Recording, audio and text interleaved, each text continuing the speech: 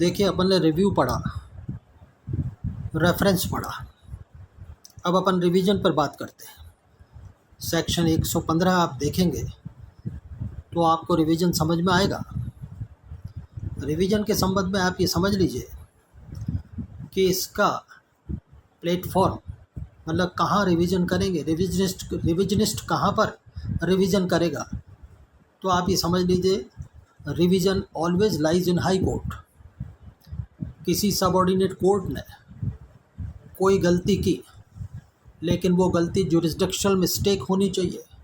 Date must come in the scope of jurisdictional error. Jurisdiction के संबंध में अपन बात करेंगे।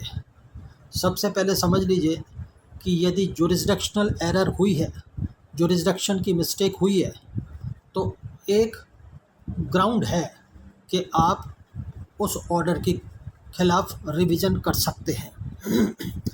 और ये भी साथ समझ लीजिए कि देखिए, अदालत ने कोई ऑर्डर किया, उसमें जुरिस्डिक्शनल मिस्टेक की, तो ये समझें आप कि यदि उसकी अपील होती है तो अपील में चले जाइए। If the order is appealable then you are not entitled to come in revision. Section 115 लागू नहीं होगा। सेक्शन 115 में रिवीजन जब ही लाई होगी जब उस ऑर्डर की अपील नहीं होती हो। सेक्शन 115, द हाई कोर्ट में call for the record of any case which has been decided by any court or subordinate to such high court and in which no appeal lies thereto, and if such subordinate courts appear। मैंने आपको ये कहा कि revision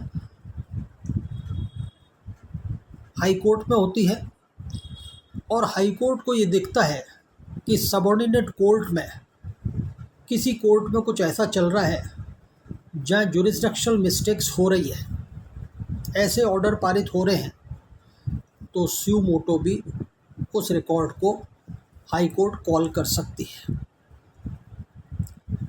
या तो revisionist निगरानी करता खुद जाएगा रिवीजन में, या कई बार स्यू मोटो भी रिकॉर्ड को कॉल किया जा सकता है उच्च न्यायालय के द्वारा। अब what are the grounds to file the revision. देखिए, यदि ऑर्डर पारित हुआ है अधीनस्थ न्यायालय के द्वारा और उसमें कोई जुरिस्डिक्शनल मिस्टेक है, इनको 3 भागों में बांट लीजिए। पहला, to have exercised a jurisdiction not vested in it by law. यदि जो अदालत आदेश कर रही है और जुरिस्डिक्शनल मिस्टेक की उसमें, वो किस तरह की, to have exercised a jurisdiction not vested in the court by law, कि अधीनस्थ न्यायालय ने ऐसी अधिकारिता का प्रयोग किया है जो विधि के द्वारा उसमें निहित ही नहीं है। The jurisdiction which is not vesting in the court, but the court is exercising and court has exercised।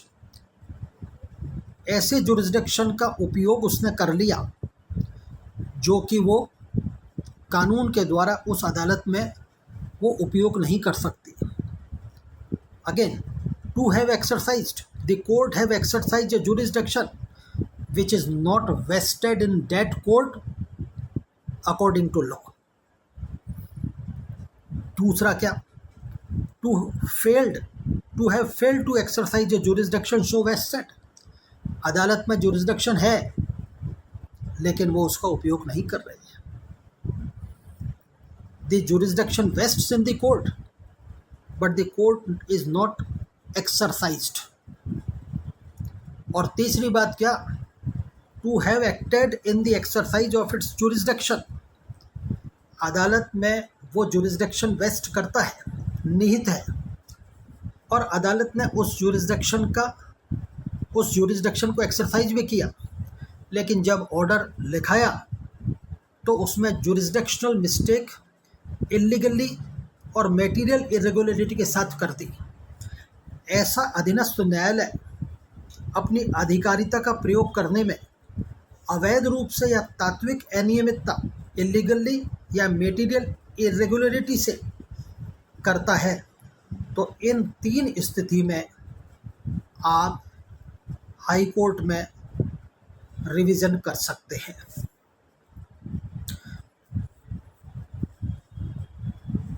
और हाई कोर्ट में जब आप रिवीजन करेंगे तो निश्चित रूप से दूसरे पक्षकार के पास जो नॉन रिविजनिस्ट होगा उसके पास नोटिसेस जाएंगे, वो भी आएगा, अपनी बात रखेगा, रिविजनिस्ट भी अपनी बात रखेगा। और सबसे पहले हाई कोर्ट पूछेगा ये जो ऑर्डर जिसके खिलाफ आप रिवीजन में आए हैं वेदर इट इज़ अपेलेबल और नॉट, तो आपको बताना पड़ेगा it is not appealable, that is why I have come in revision.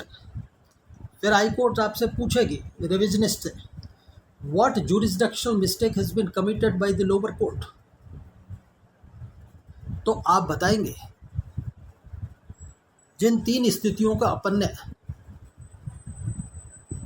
जिन 3 स्थितियों को पहले अपन ने डिस्कस किया, कौन कौन सी स्थिति, to have exercise of jurisdiction not vested in it, कि साहब ये जिस ऑर्डर के खिलाफ मैं रिवीजन में आया हूँ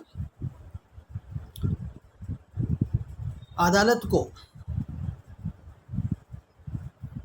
जुरिस्डिक्शन निहित नहीं था, the jurisdiction was not wasting in the court, उसके बावजूद भी अदालत ने एक्सरसाइज किया। या तो आप ये इस स्कोप में आ सकते हैं, या दूसरा स्कोप क्या मैंने बताया था आपको, यदि ऐसा मटेरियल है आपके पास तो आप हाई कोर्ट जज को बताएंगे कि the lower court which has passed the order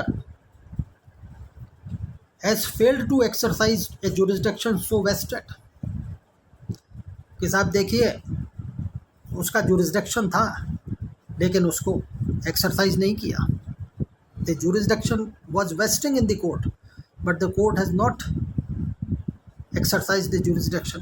इस स्कोप में भी आपकी रिवीजन। और यदि मान लीजिए तीसरा स्कोप जो बता रहे हैं हाई कोर्ट जज के सामने, आप कहेंगे कि नीचे वाली अदालत ने जिसके ऑर्डर के खिलाफ मैं आया हूँ उसके पास ये जुरिस्डिक्शन वेस्ट करता था और उसने एक्सरसाइज भी किया और ये ऑर्डर भी पारित किया, but this order suffers from jurisdictional mistake as well as there is a illegality and material irregularity in the order। इनमें से कोई भी स्थिति आपके सामने है और ऑर्डर में आप देखते हैं तो आप अदालत के सामने, हाई कोर्ट के सामने इस तरह का आर्ग्यू कर सकेंगे। तो बात समझ में ये आई कि ऑर्डर जिसके खिलाफ आपने रिवीजन की वो अवेलेबल नहीं होना चाहिए, अदरवाइज आपको अपील में जाना होगा और इस तरह की जुरिस्डिक्शनल मिस्टेक्स आपको बतानी पड़ेगी। आगे और समझ लीजिए, provided that the high court shall not under this section, high court में तो रिवीजन लगाएंगे आप, वेरी और रिवर्स एनी ऑर्डर मेड और any order deciding any issue in the course of a suit or other proceedings except where order, if it had been made in favor of the party applying for revision, would have finally disposed of the suit or other proceedings। ये जो परंतु बताया है आपको इसको और एक बार पढ़ना होगा समझने के लिए कि उच्च न्यायालय किसी वाद या अन्य कार्रवाई के अनुक्रम में इस धारा के अधीन किए गए किसी आदेश में या कोई विवादक विनिश्चित करने वाले किसी आदेश में तभी फेरफार करेगा, तभी उसको अल्टर करेगा तभी मॉडिफाई करेगा, तभी उसमें उलटफेर करेगा या उसको उल्टेगा जब ऐसा आदेश यदि वह पुनरीक्षण रिवीजन के लिए आवेदन करने वाले पक्षकार, जो रिविजनिस्ट है, जिसने रिवीजन फाइल की है, आवेदन करने वाले पक्षकार के पक्ष में किया गया होता, तो वाद या अन्य कार्रवाई का अंतिम रूप से निपटारा हो जाता। ये प्रोवाइडेड इम्पोर्टेंट है, आपको ये भी साबित करना पड़ेगा। क्या? वाद या अन्य कार्रवाई का अंतिम रूप से निपटारा कर देता। Second, the high court shall not under this section vary or reverse any decree or order against which an appeal lies either to the high court or to any court subordinate thereto।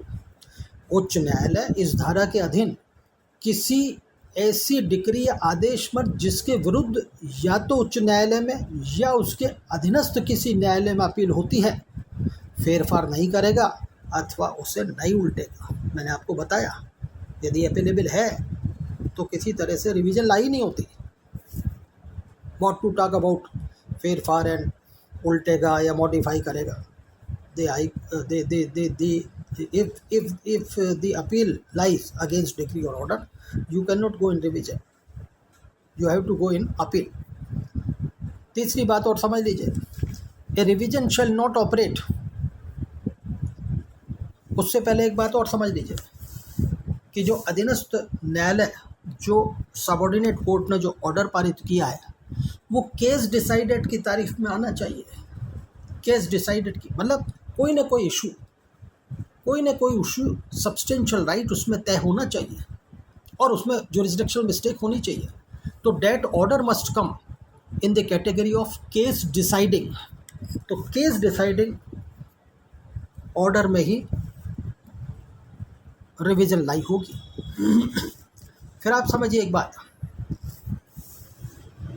कि revision तो file कर दिया आपने, matter नीचे वाली court में चल रहा है, किसी ऑर्डर के खिलाफ आप रिवीजन में चल गए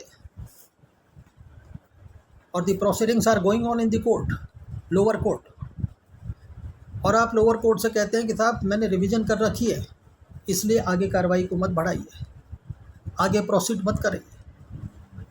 तो रिवीजन कोर्ट क्या कहेगी, और सबऑर्डिनेट कोर्ट क्या कहेगी, भाई आपने रिवीजन तो फाइल कर ली, whether you have taken stay और नॉट। मैं तो कार्रवाई को जब ही रोकूंगा, अधीनस्थ कोर्ट कार्रवाई को तभी रोकेगी जब रिवीजन कोर्ट को स्टे दे दिया हो। A revision shall not operate as a stay. Try to understand. केवल रिवीजन लगाना इस डज नॉट मीन कि साहब स्टे आ गया।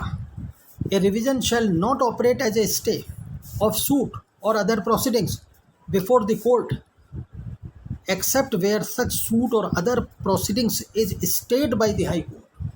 रिवीजन के साथ स्टे पिटीशन लगाइए, और यदि नीचे वाली अदालत में जो कार्रवाई चल रही है उसको रुकवाना चाहते हैं आप, तो रिवीजन के साथ स्टे पिटीशन भी लगेगी, और स्टे पिटीशन पर आपको ऑर्डर हासिल करना पड़ेगा कि साहब नीचे वाली अदालत की कार्रवाई को रोक दिया जाए जब तक ये रिवीजन हमारी तय नहीं हो जाती है। तो ये तीसरा जो क्लॉज मैंने बताया वो इसी बात को एक्सप्लेन करता है कि revision does not mean stay. You have to give an application of stay along with your revision petition.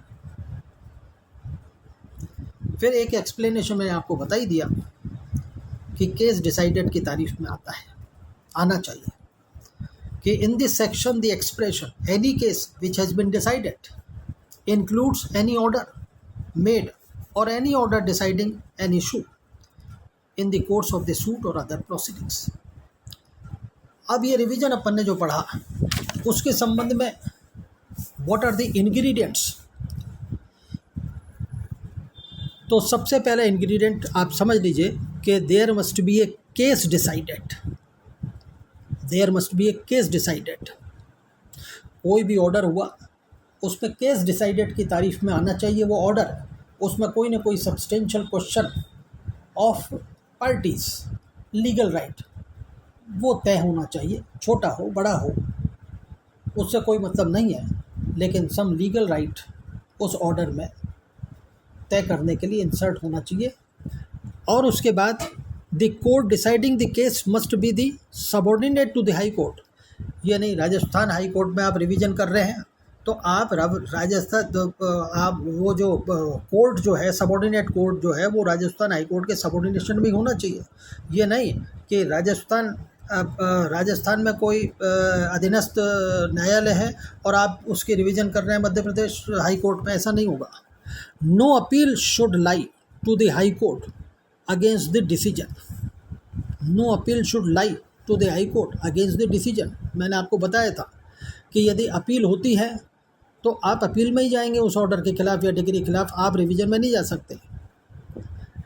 In deciding the case the subordinate court must appear to have, वही 3 बातें, exercise a jurisdiction not vested in the court by law, failed to exercise a jurisdiction vested in it by law, acted in the exercise of its jurisdiction illegally और material irregularity.